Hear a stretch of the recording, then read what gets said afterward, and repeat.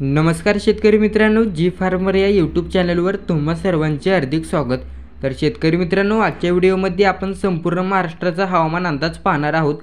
तत्पूर्वी मित्रांनो, तुम्ही चॅनलवर नवीन असाल तर चॅनलला सबस्क्राइब करून बेल आयकॉन प्रेस करा व व्हिडिओ स्किप न करता पूर्ण बघा। मित्रांनो, महाराष्ट्राला पुन्हा पाऊस झोडपणार आहे। हवामान विभागाकडून सर्वात मोठी बातमी आता जारी करण्यात आलेली आहे। महाराष्ट्राला अवकाळी पावसाचा मोठा फटका बसलेला आहे। गेल्या महिनाभरापासून राज्यात अवकाळी पाऊस सुरू असल्याचं चित्र पाहायला मिळत आहे। राज्यात अनेक ठिकाणी फळबागाचं मोठं नुकसान झालेले आहे। आता पुन्हा एकदा हवामान विभागाकडून अलर्ट देण्यात आलेला आहे। हवामान विभागाने दिलेल्या इशाऱ्यानुसार मध्य महाराष्ट्र, मराठवाडा आणि विदर्भाच्या काही जिल्ह्यात विजांच्या कडकडाटासह पाऊस पडण्याचा अंदाज वर्तवण्यात आलेला आहे। राज्यातील अनेक जिल्ह्यांना हवामान विभागाकडून पावसाचा येलो अलर्ट हा देण्यात आलेला आहे। नुसता पाऊस पडणार नसून या काळात वादळाचा देखील इशारा हवामान विभागाकडून देण्यात आलेला आहे। हवामान विभागाने वर्तवलेल्या अंदाजानुसार या काळात महाराष्ट्रात प्रति तास 30 ते 40 किमी वेगाने वाऱ्याची शक्यता वर्तवण्यात आलेली आहे।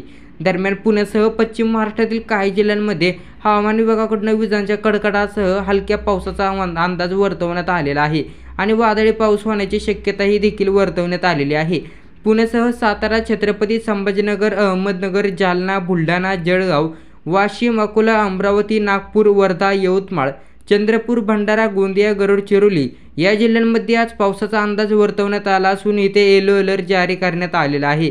मुंबई आणि उपनगराबाबत बोलायचे झाल्यास आजही शहरामध्ये हवामान कोरडे राहणार असून आकाश निरभ्र राहणार आहे।